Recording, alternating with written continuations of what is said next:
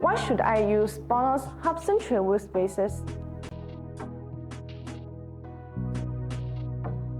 Installing Hubcentric wheel spacers on the Dodge vehicle offers several advantages over non-Hubcentric spacers. A Hubcentric spacer is designed with a step that provides a more precise alignment between the spacer and the hub assembly. This precise alignment ensures a tight and secure connection, reducing the failure of spacers caused by inaccurate installation. Non-Hubcentric wheel spacers rely solely on the bolt pattern and surface pressure for alignment.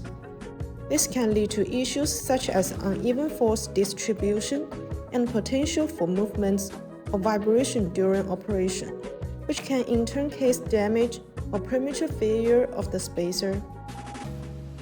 In contrast, the Hubcentric design of the wheel spacer ensures that the components are perfectly aligned to the hub.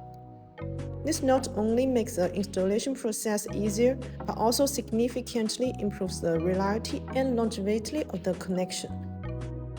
Moreover, the precise fitment facilitated by a step spacer can help reduce vibration and noises, provide smoother and more stable handling.